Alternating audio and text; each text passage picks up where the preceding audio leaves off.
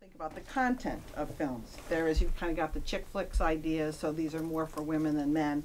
And then the third part that people think about is those who are actually in the industry who are women, because honestly, depending on who's in the industry will affect those other two components, how many women are in the films and what the content is going to be. So that's what our focus is today, is to talk a little bit with some women who are in the film industry and how that's worked. And I'm gonna just choose one person and have them start, as I say, pretty informal. Raise your hand if you have questions as we're going along. We'll try to be done by 7:15 and then we go out and have some different kinds of food. Okay? Good. So the first person going to be talking today is Antonio Naglieri. She graduated in 2007, is that correct? Yep. Now you have to remember, in 2007 we didn't have a film program. What we had was a communication program, and you were a media production criticism person, which I believe, no, you were journalism, weren't you? Video production. Video production and journalism. Yep. So there wasn't a FAS program there, so there's a couple people that kind of start beforehand, and Antonia's one of them, and I'm going to let her talk. Okay. Hi, everybody. Hello. Nice to see you all. As Dr. Lon said, my name's Antonia Naglieri, and I started working in TV when I was in high school. I really had a love for it, you know, from a really young age. I started off doing a lot of on-camera work. And that led me to working as an editor, actually, because I started to do my own on-camera work, and then I was like, I can produce this too, and I can edit it. So I just really started to love that, and when I went to college, I focused mostly on producing and editing. And I got a job 4 days after graduation at a tiny production company in Northern Virginia, and they do a website called monkeysee.com. I don't know if any of you have heard of it. It's how-to videos.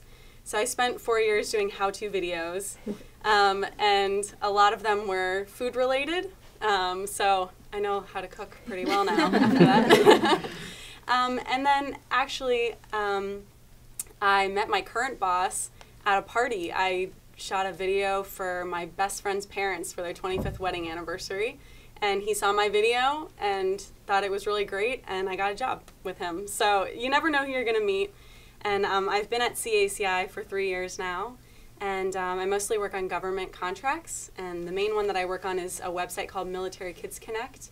It's a website for military kids who have deployed parents, and we do a lot of serious videos and also some fun ones too. So I've worked on little small documentaries with kids talking about being a military kid and actually losing a parent or having a parent be injured, and then also fun projects like going around to military bases and showing teenagers what it's like when they get there, there's some cool things that they can do at the bases, and that's the main project I'm working on now.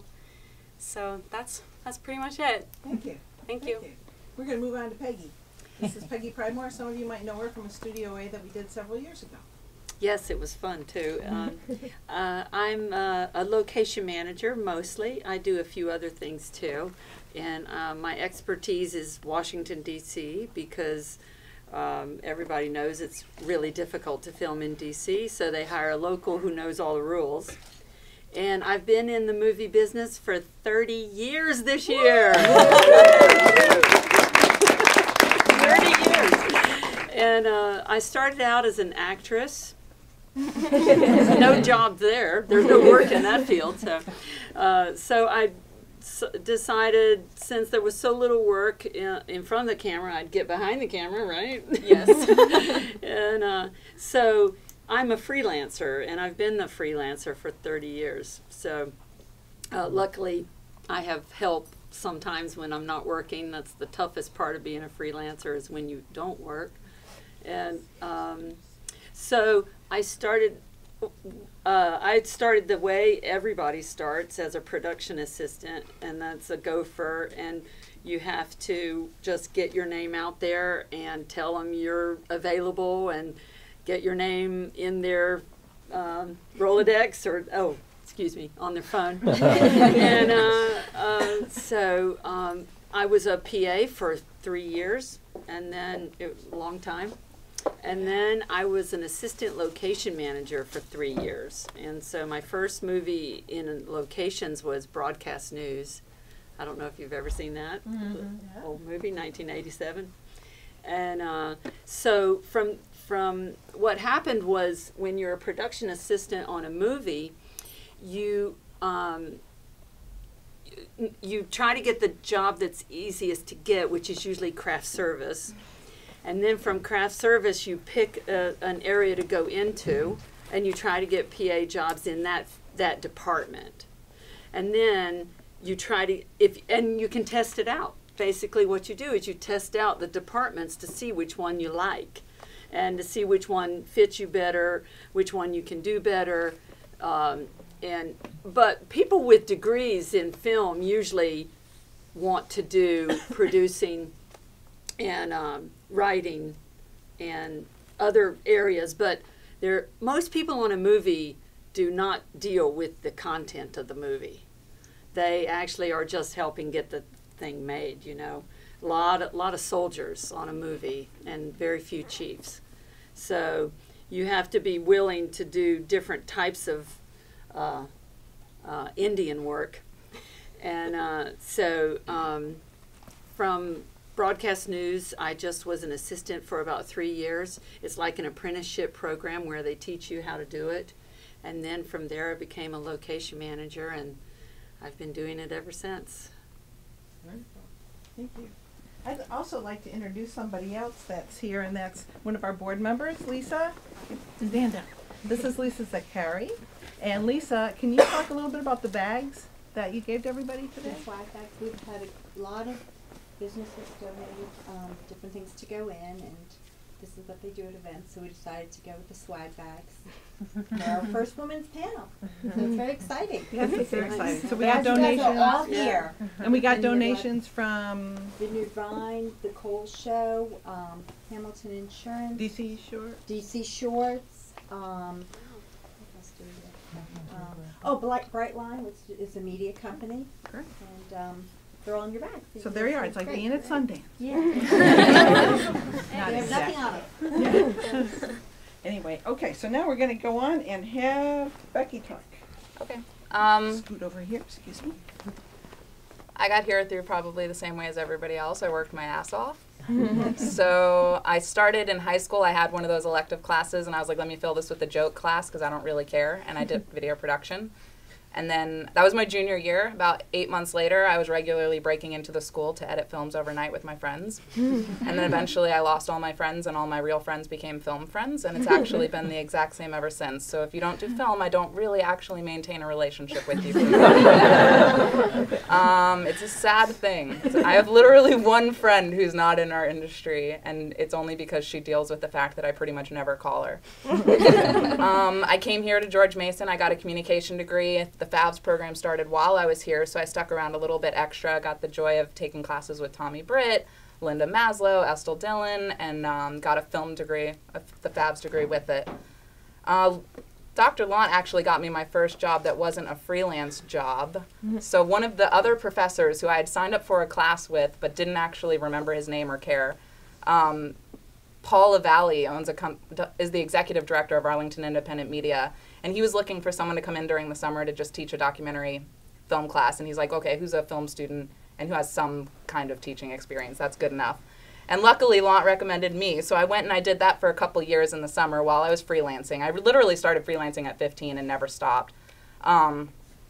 I did that just during the summer. I did it the following summer. It turned into a 35-hour-a-week job. I stayed freelancing on any set I could get involved in while I was doing that. Continued making a million indie films with friends and strangers while I was doing that. That turned into a full-time job, which I kept for a couple of years. Continued freelancing during all of that. Continued making indie films during all of that. Did exactly what they tell us to do. Joined Women in Film, joined TIVA, joined the Virginia Production Alliance, went to every single user group meeting I could, shook hands with hundreds and hundreds of people, and I'm telling you that works because to this day I get job offers for things that I didn't apply to from people that recommended me that have never even worked with me, and literally just remember, hey, we were at that event and you sounded like a really freaking awesome editor. I've never edited anything, and they recommend me for work. So definitely do that. That recommendation does help. I stayed at AIM for like 5 years total and kind of did everything that I could while I was there. So I was running a facility, I was upgrading our equipment to HD, I was producing some shows, I taught classes in sound and lighting and producing in the studio, everything. I was like learning to solder cables and fix cameras and all of that, deal with vendor paperwork. So I got bored somehow with all of that and said, I think I'm going to go corporate. I was at a nonprofit. I was like, I'm going to go corporate and do the thing that people do when they eventually sell out and say, how can I make the most money real quick? And I landed at Cortina Productions. It's a media production company in McLean, Virginia, and they're very corporate and they're very hard to work for, and it is totally awesome.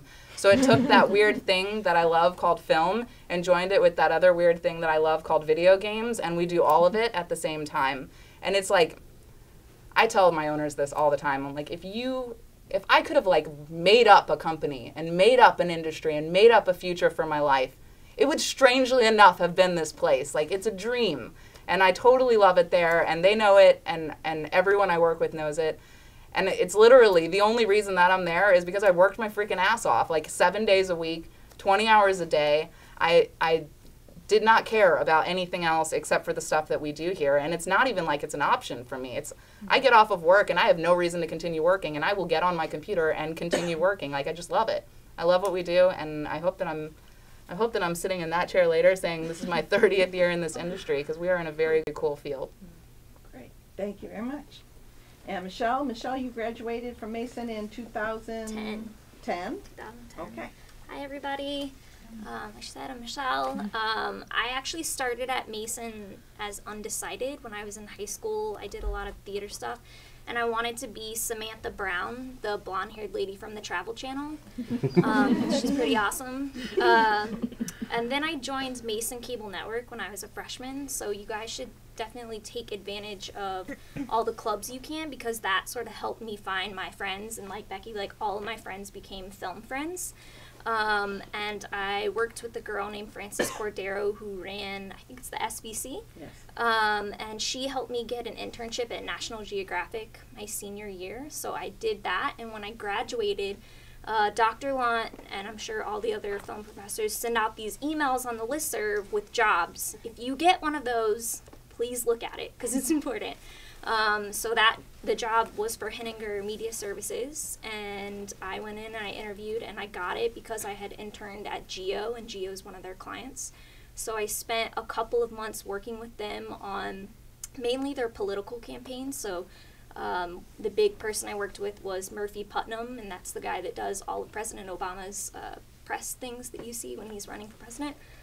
So I worked with them for 3 months, and I got involved in like every part of Henninger that I could. You know, I would sit in with the editors, I would sit in with the audio mixers, and I sat in with the duplication team, where they literally go in and press the buttons, and that's how they make the tapes. And while I was there, one of the people in the duplication team moved over to the Smithsonian Channel as their post supervisor, and when my contract for the political season was up, she said, hey, come over and work at the Smithsonian Channel. So I started in post there. I also did development, so helping them decide and pick which shows they're actually going to put on the channel. And then I was an associate producer on 3 of their shows. And then I kind of decided I love film. I want to be a producer of feature films, so I'm going to go out to Los Angeles and try that. And I applied to UCLA's producers program and was very fortunate to be chosen for it. So I live in LA now, and I'm currently producing a movie with James Franco called Killing Animals.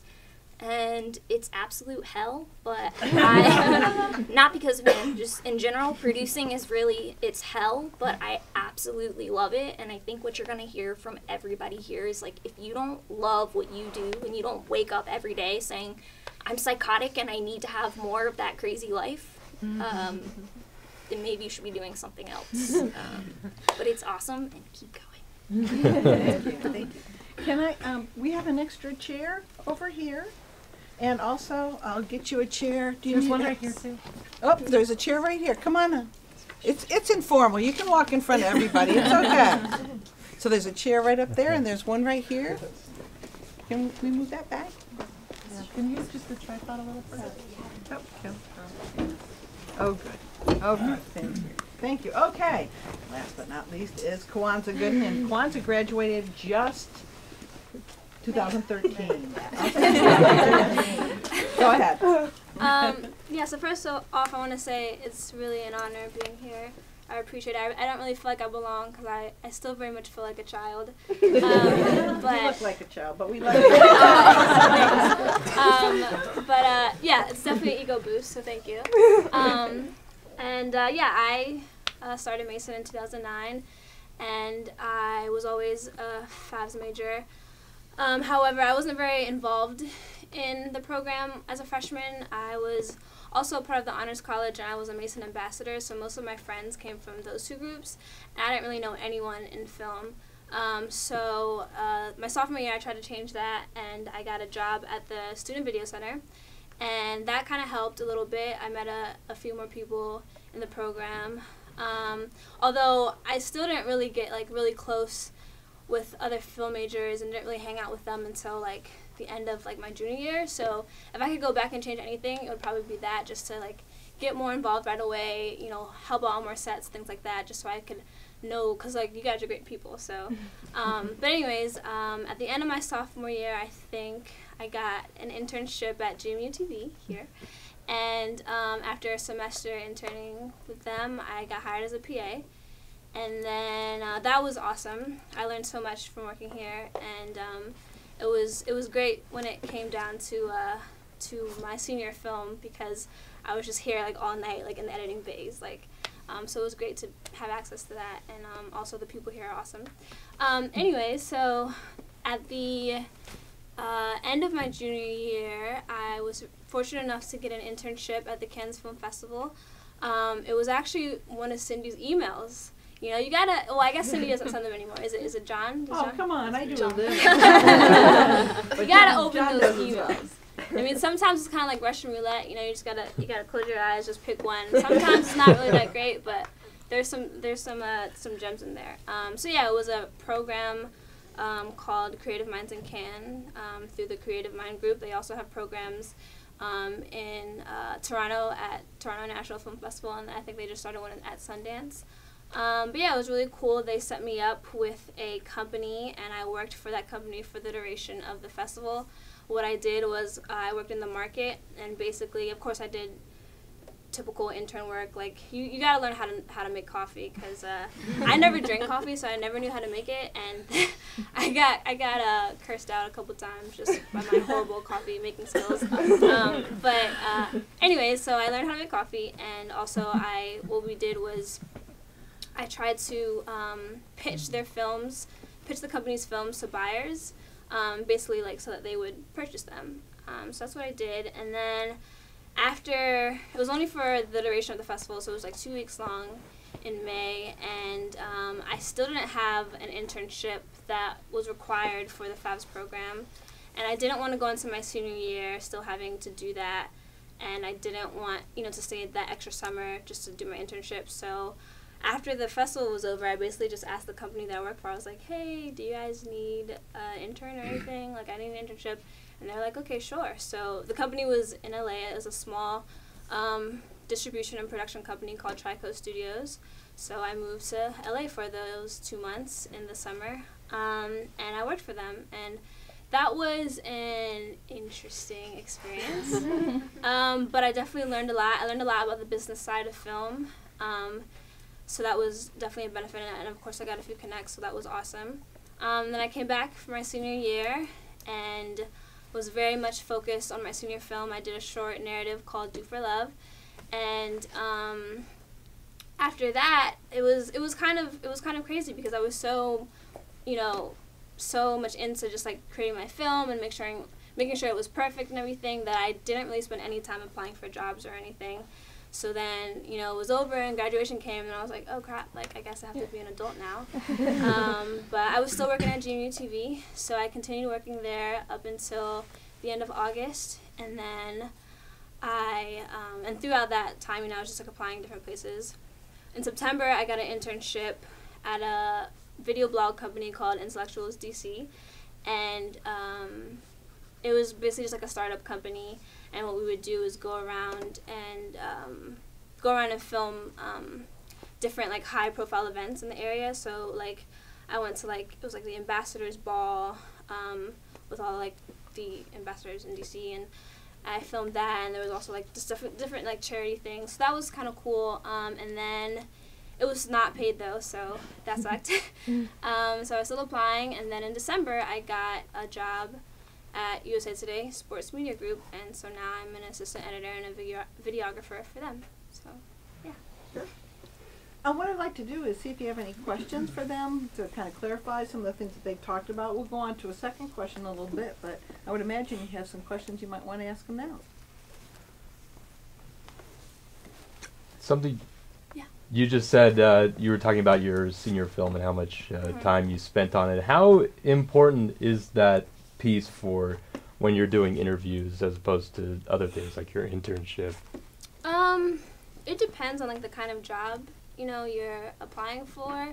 It actually, you know, I didn't think it would be, but it became beneficial for the job I have now because they value the fact that I had directing experience, because what I do, what we do there is like we kind of, it's like sometimes we have reporters just like talking about a certain topic in sports or whatever, and like these are writers, you know, they don't really, not all of them are used to being on camera, so it's like I have to like direct them and kind of, you know, tell them, you know, okay, this is what's gonna look good on camera, this is what's not gonna look good, this is how you should speak, whatever. So that directing experience that I had for my short film, you know, they valued that. But I kind of found too, like I went on a lot of interviews, and I found that like sometimes I kind of felt like it was a deterrent for them. Like they were like, oh, okay, she's really into film and stuff, like this artsy kind of thing. Like, I don't know if she's right for like this company because we're like corporate or whatever. Or like sometimes I felt as though they thought I was too big of like a dreamer or something, and that like, I mean, everyone has to know that like your first job is not going to be something that you absolutely love, and I mean sometimes it is, but most of the time it's not going to be something that you absolutely love and you want to stay in.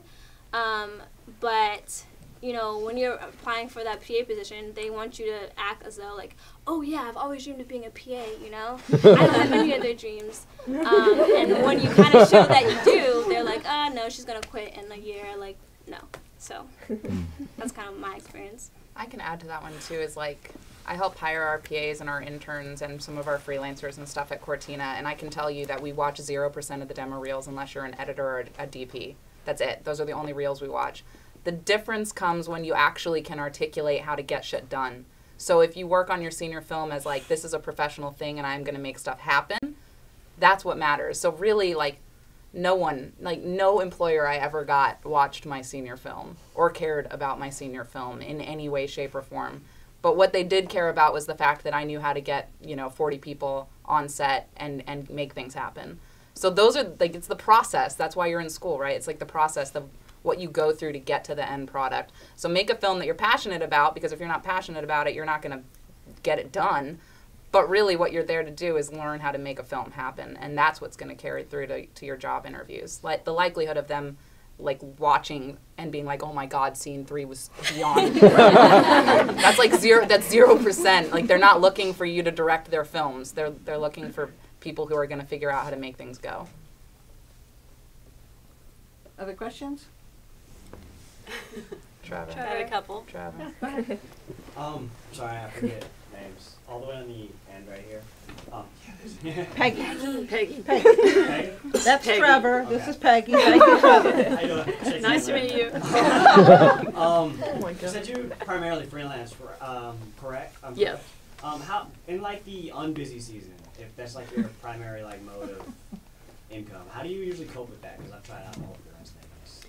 It's tough. Well, to be honest, at the beginning, you have to have some other kind of income. So most people who are freelancing the first year have to either have a very supportive roommate, girlfriend, spouse, or parent. Basically, to tell you the truth, you really do. Or a very flexible job. I was a waitress for a while when I first started PAing, so some kind of flexible job that you can call in and say, I'm not coming today, because you don't work very often at the beginning. So What would it you takes, say, what would you takes say time. busy seasons are? Spring and fall. Spring and fall? Yeah. There was another question. Go ahead. You done? Trevor's up. Another question. Go ahead. I actually had a very similar question for Peggy. So, like, other than the instability of freelancing, like, if you were offered a full-time job as like a like a corporate company, would you take it, or would you still prefer to freelance? That's the real question. I prefer freelancing. I actually love my time off. I love it. And it was very useful having children. Very useful. So, and I work at home a lot. Most of my work is at home. So I was able to take care of my kids and do my job too. And then my husband would step in when I disappeared for 5 days at a time. He would step in, he would do it. But so freelancing is really nice if you can afford it. It's really nice. It's exciting too, because you never know. You never know if you're going to work again. And it's like, oh, am I ever going to work again? So you're constantly saying that. But so it's exciting. It's also, you do a lot of different things. I mean, really different. And all over the city, all over the map, you know, you can really do a lot of different things. That's fun He was too. going to offer you a $200,000. Maybe I would. Other questions? Go ahead. Across the board, since you're all GMU grads, what do you think was the most beneficial lesson or experience that you overall learned, like whether it be in the classroom or not? I'll start. I forgot to mention that I was an executive producer at Mason Cable Network, and it really taught me that when you have a small group and not a lot of money and not a lot of equipment, you still have to get things done, and you still have to figure out how to do that. And I still do that today. Like, I think, you know, okay, I have 3 days to shoot a video, I have my talent for 3 hours, and I have to shoot B-roll in the morning, and, you know, you have to continue to work your schedules and figure out how you're going to do things. So that really helped me. Just like I had, you know, 2 people working with me. And so you teach yourself to do a lot of jobs, and that's so important. I'm an on-camera talent. I do voiceover. I'm a producer. I'm an editor. I'm a production coordinator. I do all of those things. And the more work that you can do, the better you look on your resume and in jobs. Because if you're a producer one day, but then somebody needs you to oversee an edit, but you don't know anything about editing and how to build a story, then you can't do that job. So they're going to look to somebody else. So if you can focus on like a lot of different things and be good at a lot of different things, I think that'll really help you. And that I definitely learned that at Mason, with Mason Cable Network. I would say some of the same stuff. It's like, I don't know. It's like I told you guys, I made 1 million independent films with friends and with strangers and all of that. And then I freelanced the entire time that I was in school and the entire time I had a full-time job, until the current company that works me so hard that another job on top of it would be insanity. And I did specifically do those things so that I could do jobs that I wasn't good at. And I'm still horrible at sound, but I indied on a lot of sets as the sound technician. And doing editing and doing producing and doing every single part of the process, whether I was good at it or not, because that's something else that you can add to your skill set. And at this point in my career, I'm an associate producer and a project manager, and I'm not the person that's operating, you know, Adobe Premiere or After Effects or whatever it is that we're in. But when I'm sitting behind my editor and they're taking too long to do something, I can tell them to step aside and do it faster. Or if we don't have money in the budget to support them, then I can just fill in the void and get it done without needing to hire somebody. Or if we're on set and my DP is doing something questionable, I know. I'm like, excuse me, why are you at 2.5 right now? We're not going for that kind of depth of field. Like, I know exactly what it is that they're doing, and I can correct the problem before there is one. But the other thing that I would say that, you know, isn't necessarily job technically specific related, but that I would absolutely recommend that you do while you're here, is be friendly, because I am very close with the people that I graduated with, both from the comm department and the FABS department. And we still help each other out all the time. Like, I'll text people on set when I'm on set having problems with questions, and they're in LA on another set, and we still are there and we're still supportive, because I didn't know if I would get this coming to GMU. I was kind of questionable. It's a commuter school. I don't know if people are going to really, you know, connect the way that you see people connect in the movies. But I have like a GMU family, like a legit family of people that I've been friends with the whole time and will continue to be friends with. We're all in the industry and we all stay connected, and there is no doubt in my mind that that's an absolute benefit to the stuff you do. So take advantage of the fact that this is becoming a much larger program, and you have a lot more opportunity to find people that you can maintain those lifelong relationships with. I would say in addition to being friendly, that you should be fearless. I was also an executive producer at Mason Cable, and, you know, having interned at like National Geographic, you know, when you're first learning to do this stuff, it's scary, you know, having somebody say, okay, I need you to pick up a phone and like call London right now. Call London? Like, what number do I even dial? Like, you know? I'm looking for London. Yeah, exactly. You know, but I would say you guys you're here to make, you know, movies and TV shows, and you're here to learn. So, like, actually go out and do those things. And when you're at your internships, like, call people. Go talk to somebody down the hall that you've never spoken to before, because you're going to be doing that for the rest of your life, and it is terrifying. But you get used to it after a while. What was the question? It was what did I take learned away stuff from here, right? Mason? Yeah. Everything. You know, what I loved about Mason, well, I loved about the FAST program was that it was so like well-rounded. I thought, you know, not only did you have, of course, like your history and theory courses or whatever, and you know, learning all that good stuff. You also definitely had a lot of production courses, which was what I was more into. You know, I tried to take all the production courses. I tried to take as many as I could, and that definitely was very beneficial. And although, you know, Cindy, Amanda, Ben, Tommy, I love you guys, and I thought your classes were very, very beneficial for me. I think nothing replaces, you know, experience just being on set. Like, if you know that you want to be a director, or you want to be a gaffer, or you want to be a grip, or you want to be you know, a sound mixer or whatever, you need to have that experience on set. And you know, so my advice was just to be help out as much as you can. Like, you know, you have like there's so many films going on all around you, like here at Mason, so help us as much as you can, especially as a freshman. You know, seniors are always going to need PAs to do stuff for you, or for you to do stuff for them, so help out as much as you can, because you'll learn so much, and it'll take you a long way. So Thank you. We have a chair here and a chair here, and we're very informal, so come on in. Sit on the You come in floor. late, we make you get front of the class. So there's another seat right over here. Come on. We're going to make everybody sit down. Here's a chair right here. While Lon's forcing everyone around, We won't make you sit with them. I have one more thing to add to that. I think Tommy told me that this program is 150 people now, and you're still competing with people that are in English that are just writing, and people that are in comm that are doing media concentration or journalism or whatever else. You're competing with all of the people that are in science classes that are randomly going to change their mind when they go to graduate and start applying to PA jobs. So, like, do not forget that as friendly as you get with one another, you're all vying for the exact same job. So you need to get A's.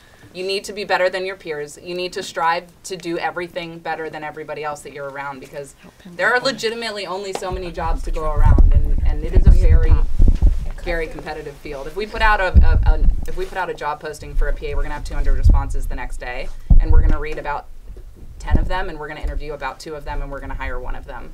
So you know, get friendly with one another, but then, you know, if someone's cutting faster than you, you better watch them, see what they're doing right, and then take that home with you and learn how to do it as well as they do.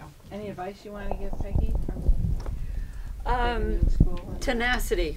Yeah. Tenacity. Have your goal and go for it. And I think in class you can use that too, to get your projects done, to learn as much as you can, pick it, do it, and stay with it as long as you can, because it takes a long time. It takes real stick-to-itness. So this panel is on women in film, and so one of the things that I asked them was, can you tell us a story or what your experience has been like as a woman in the film industry? And of course you can tell that we have people that are in sports, in education, and in government, in motion pictures, features, and in documentary. We're across the board. So anybody want to start, or do I just pick? Okay, Becky. I'm a talker. I was thinking about this really long and hard when she asked that question, because I was like, oh, you know, there's got to be some kind of prejudice against women. I feel like that's a normal thing in our society, right? Like women don't get everything that men get. And I was like, let me think of like a specific example of a situation where a guy beat me out. And then I was like, that never fucking happened. So I literally could not think of one situation in which it became an issue for me at work. I would, however, say that it has been a regular issue with me in my private life where the people that I've dated were not cool with the fact that I was going to be the breadwinner and that I was going to choose work over a romantic dinner. And like that situation, like that cliche was absolutely like happening in my life. And because of the reasons that I told you, you don't make it in this industry unless you love it and do it all the time. And I've had a lot of boyfriends that were just like, you can't seriously be telling me you're going to do another 48-hour film fest. And I was like, peace out. Gotta go. And I would do it all again, but that is the only situation where being a woman has had a negative impact. And I'm a single mom right now, and I work for a really great company. And they're 100% supportive of the fact that, you know, I dip out because my kid is sick, because I get a call from daycare. They let me not travel because they know that I want to be here with my child. And they're fantastic. So I know that it's probably still present in the industry. I've just been blessed enough not to have had to suffer because of it. Okay. Antonia? I have a slightly different perspective on it.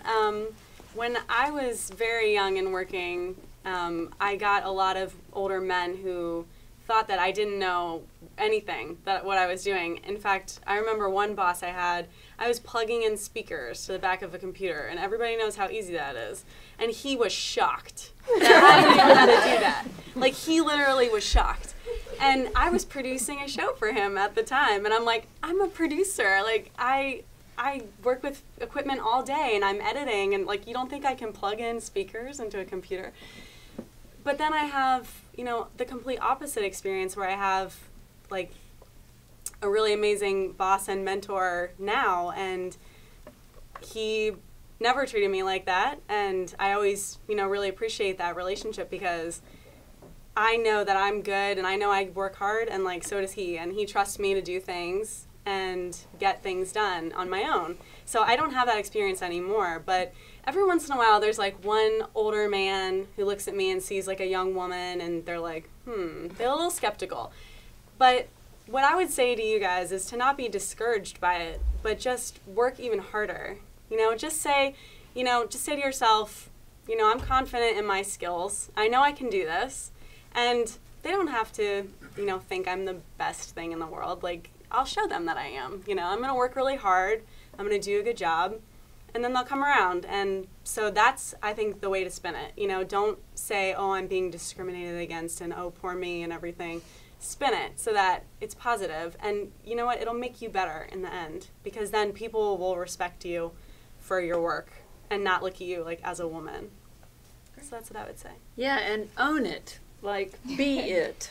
Like, just don't even think about it. Like, you are a movie producer, you are a location manager, and that's what you do. And just, you know, be that thing and do it to the best you can do it, and be prepared to work the unbelievable number of hours that everybody else works.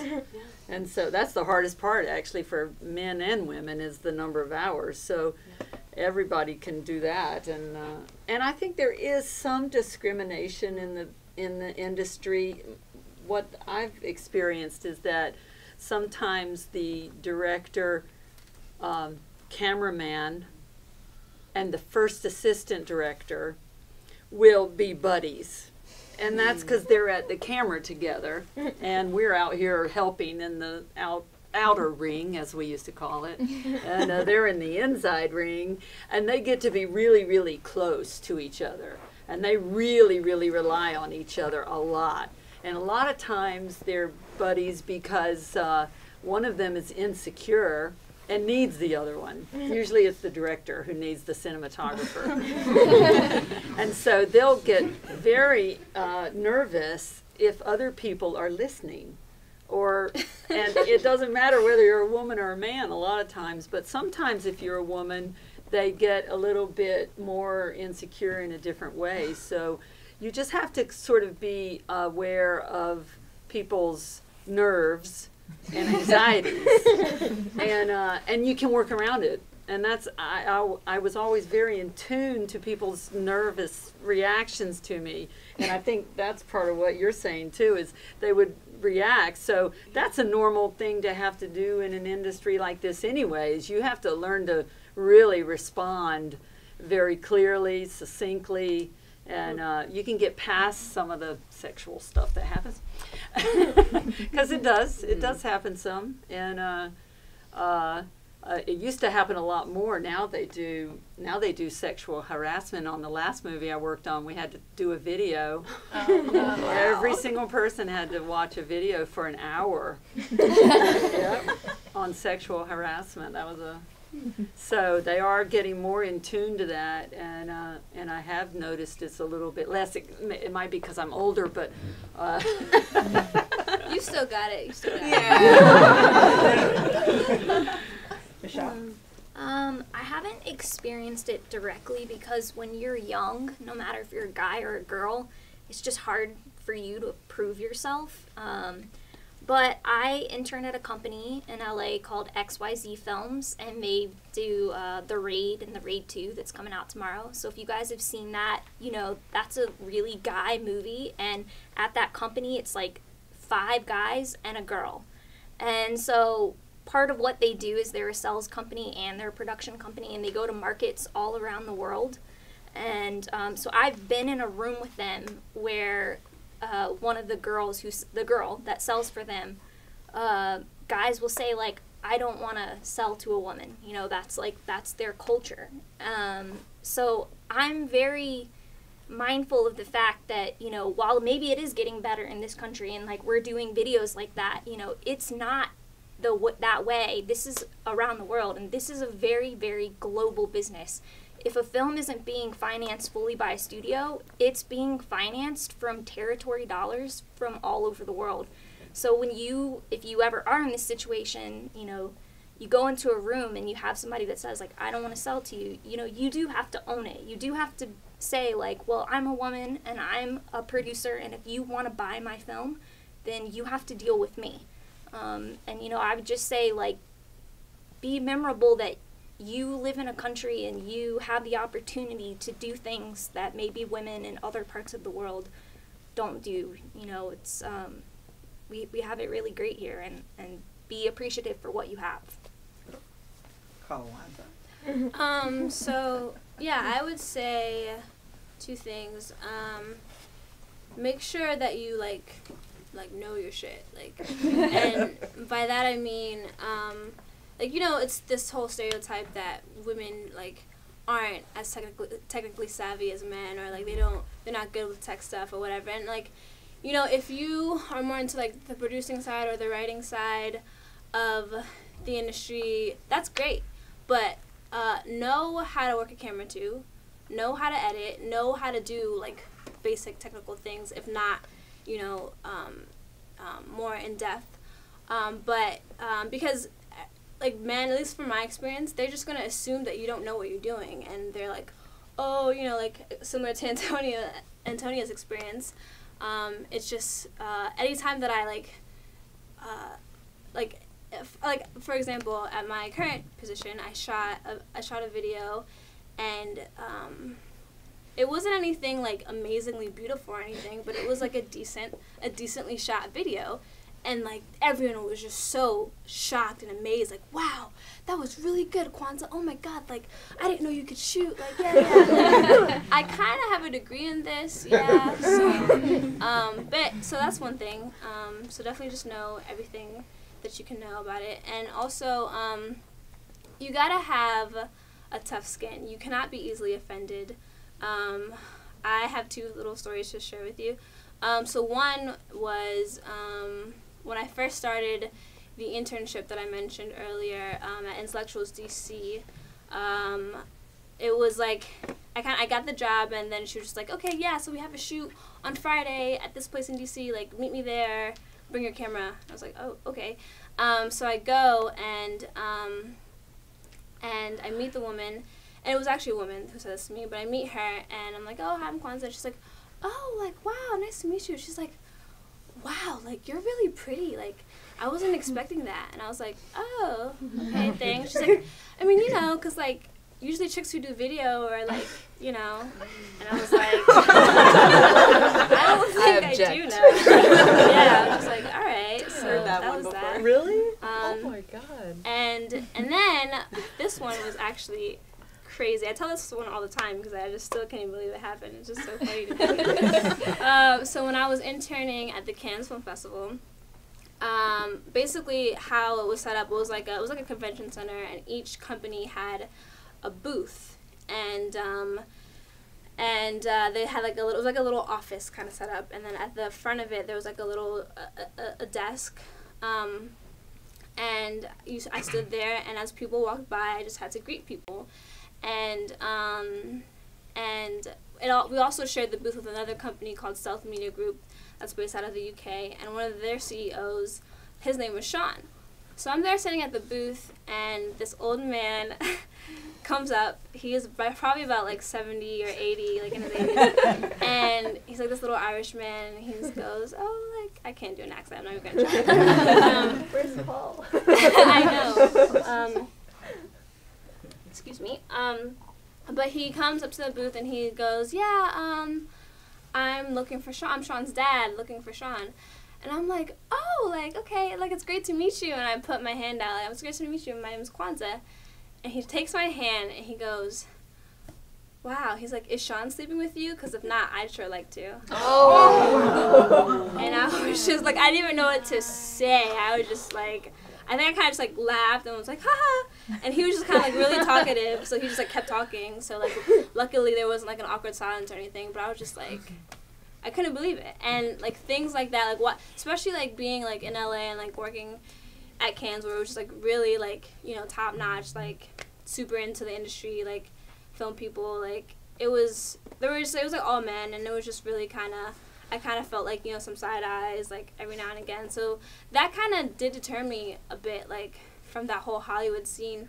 Although I still do plan on going back to LA eventually.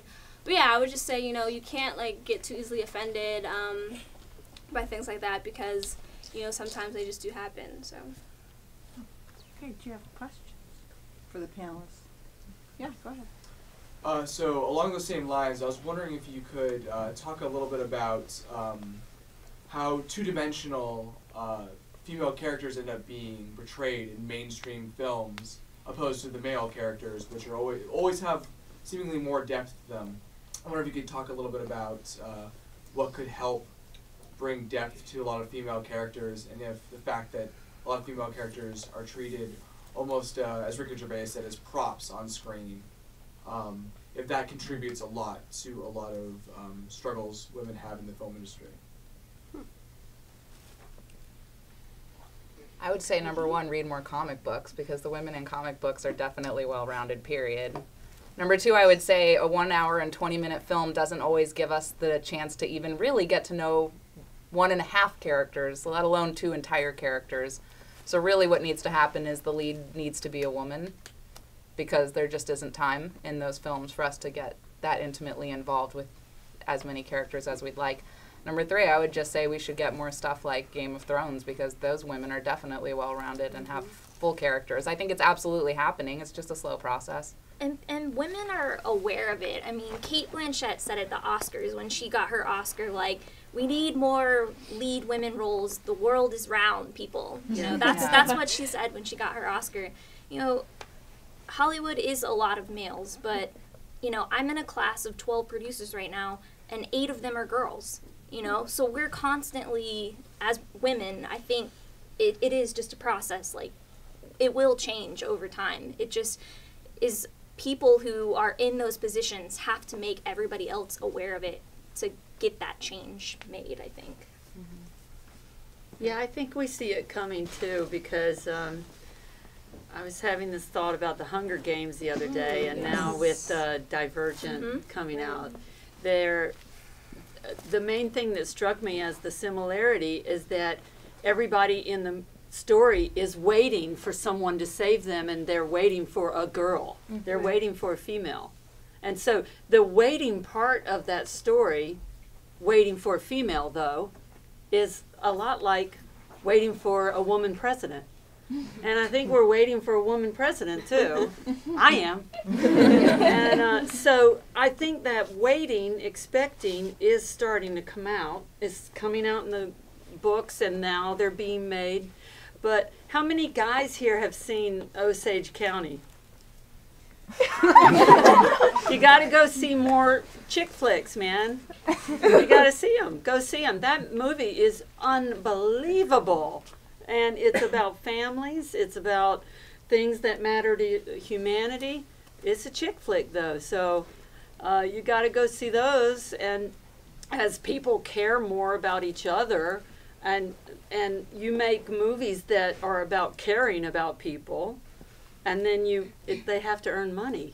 They have to earn money. So. And you know, part of it that you're talking about, we talked about earlier, is it's not just women in the film, but it's also perspective from a women's perspective.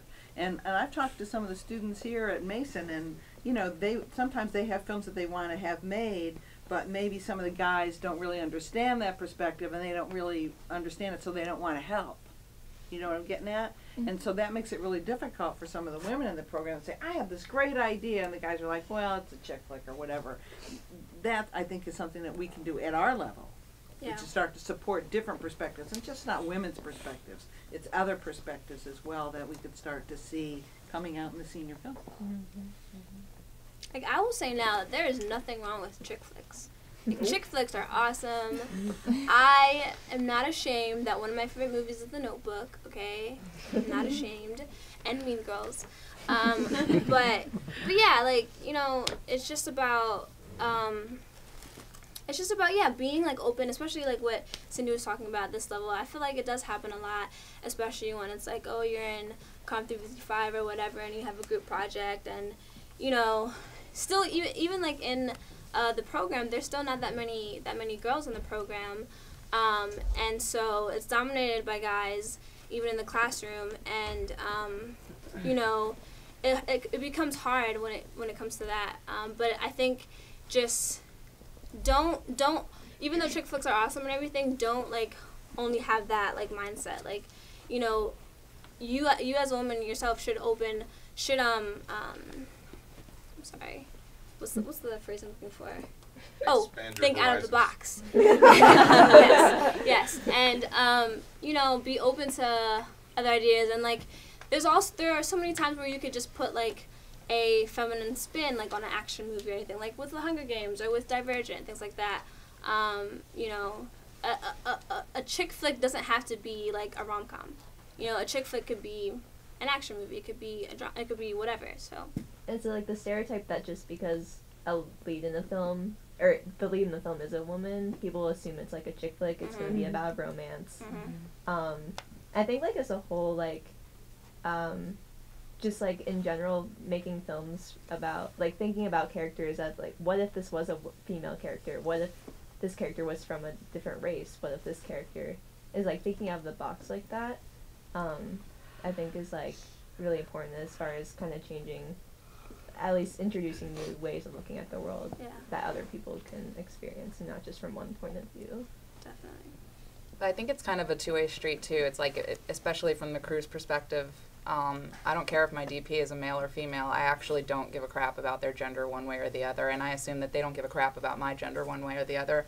So you can't just say like, we need more women that are DPs, because then you're saying that those men don't deserve to be DPs because they're men and there is already male representation in that field. That's ludicrous. It has to go both ways. You just remove gender from the equation. It's not a chick flick, it's a rom-com, or it's an action, or it's an indie. It's not like a producer, so it should be a woman, and a DP, so it should be a guy. There just shouldn't be gender associated with those things, period, regardless. There shouldn't be race, there shouldn't be gender. If you just remove those things from it wholeheartedly, like completely from yourself, just don't look at it like gender, then we all have a lot less of an issue here. How, like, as a society, though, do we move toward that? Like, we can't just say, okay, you know, we're not going to think about it like that. You know, society still looks at it that way, so how Well, society does, but you don't, and your friend doesn't. And then, you know, those two people, maybe they get their kids not to do it. So it's like, I have a 14-month-old daughter. I mentioned before I'm a single mom. She wears boy clothes, she wears girl clothes. She doesn't have a pink toy in the house that's, like, pure pink and dedicated to pink. And it's like, I knew she was a girl before she was born, and I didn't go out of my way to buy a single girl thing. I didn't go out of my way to buy a single boy thing either. I just bought stuff. And it's like, she can like whatever she likes. I don't care if it's X-Men. I don't care if it's Barbie. She is not a, you know, she is a girl. Clearly she's a girl. We'll talk about her period when that time comes. But as far as like, do you want to be a princess? She can tell me she wants to be a princess, and then I'll let her be a princess. Like, that's not up to me to drive, and it's not up for you to drive what somebody should be just because of their gender, and it's not up for you to drive what a movie should be just because the character is a male or a female. And I think even just the act of writing a script and saying, well, what if this is a female? It immediately, like, why? Just write the fucking script and then change the name to a gender that it wasn't. And that's when you actually start getting movies that are about the role and are not about gender. When you go into it thinking, I need to change this because it's a girl, or I need to change this because it's a boy, that's when you have an issue. Starbuck, perfect example. That is a male character. Change it to a girl, perfect. You did not need to change a single other thing, except for that she happened to be attracted to a guy. Because, you know, markets are markets and heterosexual still sells more. But other than that, they just left it. They left the character alone. They didn't go out of their way to be like, oh, she's pregnant and now she has to have an abortion. Like, there didn't become all these girl issues. It was like, I shoot planes for a living. Like, that's my job. And that's what it stayed.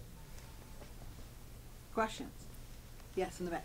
Go ahead. Oh, Becky, how pissed are you that Ant-Man's being made but not a Wonder Woman movie yet? Because, Man, I got all kinds of issues with Wonder Woman in general. I want to know where the real Dark Phoenix saga is, please. That's what I would They like. need to make that right, first off. They had so many opportunities, but they didn't. But, like, back to how literature is much more, you know, like Game of Thrones, like, I read the books, and I feel like that's a very appropriate setting of how, like, there's like several different types of women. It's not just like the heroic, like you just don't have Ripley and then you don't have like the rom-com. You can have like a universe full of these different types of characters because that's what they are, characters and representation. You know, I can identify with one protagonist more so than another, and even if I don't want to, it's like I want to have characters that I hate, regardless of gender. It's like you're supposed to hate that character. You want to portray it well. That was kind of like the tidbit I was kind of asking about that, but. On the second question, how do you feel like, as a whole, I feel like the word feminism has a negative connotation, especially lately. I don't know why. I feel like people just don't know the appropriate terminology of it all. And what do you think would be a way? Because like the overall thing is for the equality of the genders. One is not better than the other. That's the overall, phrasing of it. Like if I'm gonna lose a job, I don't want it to be. I want it because I suck at my job, not because of my gender and things of that sort. And that's how it should be. Like you clearly shouldn't care about your DP or AD or things of that sort. What do you think would be a positive way for the media to kind of like bring that very simple slogan back into the word feminism? Because when people think that, they think like bras burning and like all this other kind of which never happened sometimes. Actually never happened in history, but privately in homes, but not like It's like you just accept that the meaning of words change, you know? Like period, they just change. What it is to be a feminist is not going to be the same in a completely different cultural setting. Oh, Richard's good. I did it. It was me. She spilled. She told us not to spill. I just wanted to attract more attention to myself. It's like reality changes around you all the time. Just accept it and go with it. Like if someone wants to be a feminist, great. Ask what their definition of it is. Because just like an LA feminist is going to be different than a DC feminist, is going to be different than an Indian feminist. Like it's just different. Just accept it and be okay with that. Like, it's not up to the media to tell us what does a feminist mean. It's up to you to ask the person that's calling themselves a feminist, what does that mean? I just want to jump in quickly and say, though, while we can all really hope that things will change and that women will not be discriminated against and that women will get more jobs in the industry, it's still a reality that women are a very small percentage and it's a very male-dominated culture. So if you can just accept that you might be a minority in the room, like, that's okay, you know? You don't have to have 5 women next to you. I mean, I'm on a set, I went on a shoot recently with 5 men. I'm the only woman, and I'm one of the youngest ones. But I'm a producer, you know, I'm in a position of power, and so I play my role, and, like, they do their jobs, and I do mine, and that's really what I think you should focus on. More about, like, less about I'm a woman and I'm the minority, but more about, like, you know, working hard in your job and like, you know, you're not thinking these are 5 guys. You're just thinking this is my crew. This is my crew, and I love my crew, and they're great. And like, okay, we might have an argument tomorrow, and maybe something will break, and we'll have to figure out how to fix it. But they're not going to be like, oh, Antonia, don't cry, you know? Like, you know what I mean? It's not always like that, you know? A lot of the time it's great camaraderie. I'll talk from a position of embracing the minority. Yeah. The very first film job I ever got was because I said I was a woman, and I wanted to work as a grip. And I had called this production manager, and she was like, wait, are you a woman? I said, yes, and I'm a grip. You're hired. Like, I want to see this happen. That's actually really true, because I'm looking for online editors right now, and I've gotten like 100 responses, and every time there's a girl's name, I'm like, fuck yeah! There's like, it's like 5 out of every 100 are like an actual female editor, and then when you look at the demo reels, it's like 1 or 2 are like really up there in the running, so you do feel that, like, as a woman, I mean, you do. I'm literally like, well, we're bringing her in for an interview. Yeah. It's just like, you can't, it's true. It's like, you can remove gender, but you still feel it. Too, because personally, I mean, I came to George Mason because Anita Taylor was the chair of the department, and I wanted to go somewhere where I had a role model that I could look toward and I could learn from, and there weren't very many women who were chairs of communication departments in the whole country. Yeah. And so I think for a lot of people it's important to have somebody that they can learn from and look up. So you got other people coming behind you. So it's not just when Becky leaves, that's it. Yeah. There's nobody else behind her. I'll add on that and say, you know, I'm married and I want to have kids in a few years, and I know producing in itself is like having a baby, so having an actual baby and producing, like, I don't know how that's going to work. But I surround myself with women who have been there before. 2 of my mentors, one is Barbara Boyle, who did Cinema Paradiso, and the other one is Lynette Howell, who's done like Half Nelson. Both of those women have babies. Lynette just had a baby, so I, you know, specifically went to her and said, how do you do it? And, you know, for someone like her, she partnered with somebody that also has children, and that's helped her. So if you can surround yourself with mentors and ask the questions that you want to know the answers to, and kind of plan as best you can how you're going to be a woman with a child and, you know, manage this life, like, that will probably help you too. Well, Peggy actually did that, so I should ask her about it. Yeah. It's very helpful Sorry, to have somebody who will step in and help. And but if you're single, it's important to have a nanny, a good nanny. Support network. And somebody will stay around a long time. We're getting close to when students have to go to classes. I wanted to pass this over to our new director, Giovanna Chesler. You don't know, she's not new to you. I just came back from leave, so everything's new to me. I'd like to wrap up and say a few things before we go out and have chocolate. Well, I guess the reason why this week came about was because I had read a report from the Celluloid Ceiling. The Celluloid Ceiling comes out every year, and a professor at San Diego State takes stock of the top 250 films in Hollywood.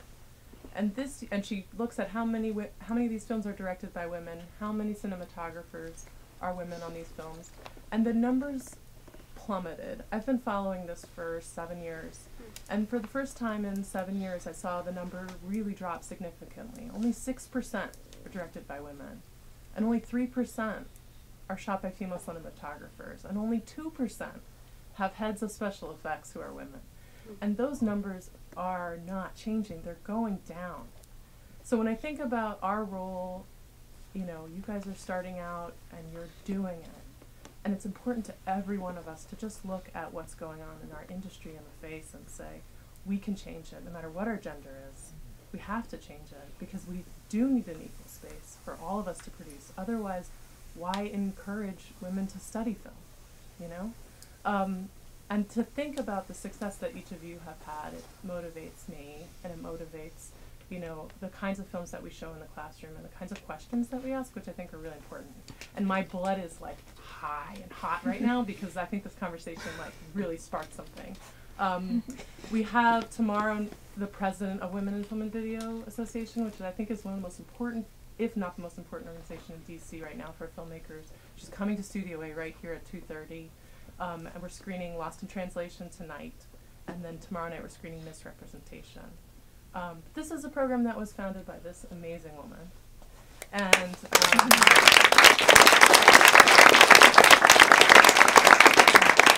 it continues, I think, to be a place in Virginia where we can foster gender equality in film. So I really appreciate that you guys are all here today. Enjoy your strawberries covered in chocolate. And the marshmallows, and pretzels, and honey. Okay. not the Studio A, you remember. Dr. Lancer food. So what we're going to do, though, is the panelists are going to stay, and please feel free to grab them and talk to them. Some people do internships. Is that correct? We do too. Right? Yeah. So they if you're start in thinking May. about you want to do an internship, I know a lot of you have that in mind. Talk to everybody about it. Feel free to buttonhole them. They're going to be eating chocolate. You'll be eating chocolate. Chit chat back and forth. And of course, we have some of our. They hate me saying this, but we have two of our freshmen who are videotaping this event tonight, and is also going to be videotaping some interviews with everybody. So that maybe next year we can have some little clips, because next year we may be doing a week on difference in film. So not just women, but you know, age and race and class and all kinds of things that also, it's not just women's perspectives that aren't being shown, it's other than one group perspective not being shown. Okay, so thank you so much. Thank you.